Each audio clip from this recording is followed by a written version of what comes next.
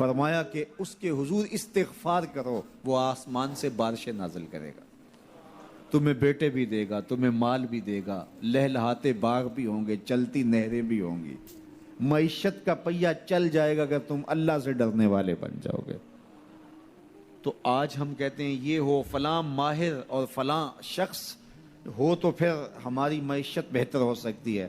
اللہ نے کہا استغفار کرنا سیکھ لو، میں تمہارے لیے رحمتوں کے دروازے کھول دوں گا، رحمتوں کے در کشادہ کر دوں گا، پیچیدگیاں ختم ہو جائیں گی، مشکلیں آسان ہونے لگیں گی اگر تم اللہ سے ڈرنا سیکھ جو، اس کے حضور استغفار کرنا سیکھ جو۔ اور اگر تم ایسا نہیں کرو گے تو تمہارے اوپر نیچے سے عذاب نازل ہوگا۔ وَهُوَ الْقَادِرُ، وہ اس بات پہ قادر ہے، ان یبعث علیکم عذاباً، کہ وہ تمہارے اوپر عذاب نازل کرے، تمہارے اوپر سے، تمہارے نیچے سے۔ اللہ اکبر۔ اوپر کا عذاب کیا ہے کہ آسمان سے پتھر برسیں، نیچے کا عذاب کیا ہے زلزلے آئیں، یا پھر زمین فصل دینا چھوڑ جائے، زمین بنجر ہو جائے، یہ نیچے کا عذاب ہے۔ حضرت عبداللہ ابن عباس رضی اللہ تعالیٰ عنہ فرماتے ہیں اوپر کا عذاب یہ ہے تمہارے حکمران نااہل ہوں، اور نیچے کا عذاب یہ ہے تمہاری اولادیں نافرمان ہو جائیں۔ یہ اوپر اور نیچے کا عذاب ہے جس میں تمہیں مبتلا کر دیا جاتا ہے۔ یہ کب ہوتا ہے؟ جب تم اللہ کے حکموں کے نافرمان ہو جاؤ۔ جب چند لوگ اللہ کے نافرمان ہو جاتے ہیں تو پھر ان چند لوگوں کو انفرادی اذیتوں میں اور مشکلات اور پیچیدگیوں میں مبتلا کیا جاتا ہے۔ لیکن جب کوئی قوم من حیث المجموع اللہ کے حکموں کو توڑتی ہے اور اس کے حکام سے روح گردانی کرتی ہے تو پھر پوری قوم کو مشقتوں میں، اذیتوں میں، تکلیفوں میں مبتلا کر دیا جاتا ہے۔ اس کا علاج کیا بتایا؟ استغفار۔ حضرت نوح علیہ السلام نے جو اپنی قوم سے کہا تمہیں مال بھی ملے گا، تمہیں دولت بھی ملے گی، تمہیں بیٹے بھی ملیں گے، سرسبز جو ہے وہ باغات بھی نصیب ہوں گے، ان کی شاخیں پھلوں سے لدی ہوئی ہوں گی، چلتی ہوئی نہریں اور برستی ہوئی بارش، ساون کے نچڑتے ہوئے بادل، اور ماحول کی خنکیاں اور خوبصورتیاں اور جمال اور لہلہاتے ہوئے سبزے، اور تمہارے اوپر ہر طرح کی عنایات برسیں گی اگر تم اللہ سے ڈرنا سیکھ جاؤ گے اور اللہ کے حضور استغفار کرنا سیکھ جاؤ گے، تمہیں خوشحال اور خوبصورت زندگی عطا کر دی جائے گی۔ اللہ اکبر۔ لیکن اگر تم ایسا نہیں کرو گے تو تمہاری معیشت تنگ کر دی جائے گی۔ استغفار کریں، تقوی کے خوگر ہو جائیں، شکر کرنے کی عادت ڈالیں۔ جو شکر کرتے ہیں اللہ تعالیٰ ان کو اور زیادہ عطا فرماتا ہے، دنیا میں بھی اور آخرت میں بھی۔ اس طرح دوسروں کی پریشانیاں دور کریں، اللہ آپ کی پریشانیاں دور کرے گا۔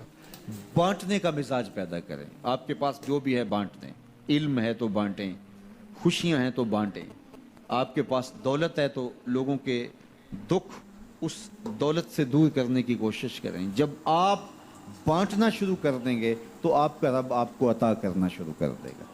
یہ بات ہو نہیں سکتی کہ انسان کی زندگی میں مشکل نہ ہو۔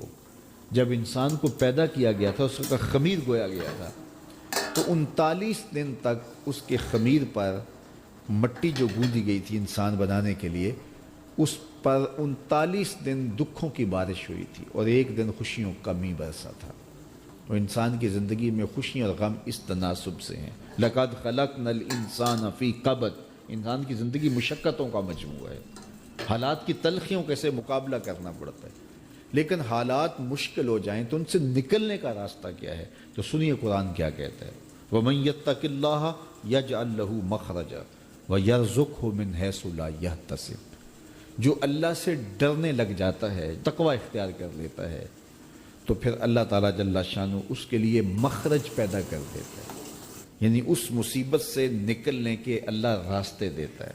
یہ اس شخص کا مقصوم ہے جو اللہ سے ڈرتا ہے۔ اس پر مشکلات اس پہ بھی آتی ہیں، یہ نہیں کہ اس پہ مشکلات نہیں آتی، زندگی کی مشکلات کا وہ بھی شکار ہوتا ہے، لیکن جو ہی مشکلات آتی ہیں ان مشکلات سے نکلنے کا اللہ اسے راستہ بھی عطا کر دیتا ہے۔ اور دوسری بات، وَيَرْزُقْهُ مِنْ حَيْثُ لَا يَحْتَسِبُ، اللہ اس کو وہاں سے رزق دیتا ہے جہاں سے اسے گمان بھی نہیں ہوتا، وہاں سے رزق دے دیتا ہے۔ بندہ تو یہ کہتا نا کہ مجھے یہاں سے ملے گا، یہاں سے، ایک بندے کی منصوبہ بندی ہے، لیکن جو اللہ سے ڈرنے والا ہوگا اللہ اس کو وہاں سے رزق دے گا جہاں اسے گمان بھی نہیں ہوگا، خیال بھی نہیں ہوگا کہ یہ راستہ بھی حصول رزق کا ہو سکتا ہے۔ تو یہ میرے رب کا وعدہ ہے اور میرے رب کے وعدے سچے ہیں۔ تو جب تم اللہ سے ڈرنے لگو گے تو یہ تخت و تاج، یہ دنیا کی عزتیں، یہ تمہارے قدموں میں ہوں گی۔ اس سے ڈرنے کا نتیجہ ہے جو تمہارا رب تمہیں عطا فرمائے گا۔ حضرت عمر رضی اللہ تعالیٰ عنہ کی خدمت میں ایک شخص آیا، اس نے کہا میرے ہاں اولاد نہیں ہے، تو آپ نے کہا استغفار پڑھا کرو۔ ایک دوسرا شخص آیا کہ صاحب بارشیں نہیں ہوتی، فرمایا استغفار پڑھا کرو۔ تیسرا شخص حاضر خدمت ہوا اور کہا کہ ہمارے ہاں قحط کا عالم ہے، فرمایا کہ استغفار پڑھا کرو۔ تو کوئی پاس بیٹھا تھا، اس کے اٹھ کے جانے کے بعد کہا کہ مختلف لوگ مختلف سوال لے کر آئے اور آپ نے ایک ہی جواب دیا کہ استغفار پڑھا کرو۔ تو کہا میں نے اپنی طرف سے تھوڑا دیا، یہ تو میرے رب کا فرمان ہے۔ کہا وہ کیسے؟ کہا سورہ نوح پڑھو، فَقُلْتُ اسْتَغْفِرُوا رَبَّكُمْ۔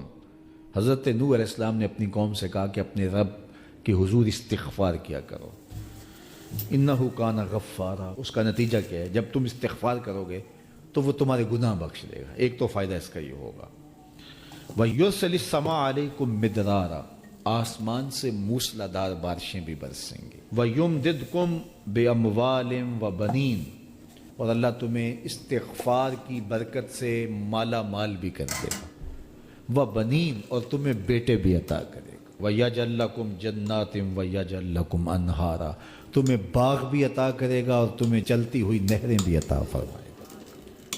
آج میں سمجھتا ہوں کہ پاکستانی قوم کو اجتماعی استغفار کی ضرورت ہے۔ آپ کے دریاؤں کا پانی سوکھ گیا، استغفار کریں گے اللہ تعالیٰ ان کو پانیوں سے مالا مال کر دے گا، بارشیں ہوں گی، قحط سالیاں دور ہوں گی، بے اولادوں کو استغفار سے اولاد نصیب ہوگی، اور معیشت کی بہتری جو ہے وہ استغفار کے ذریعے سے ہوتی ہے۔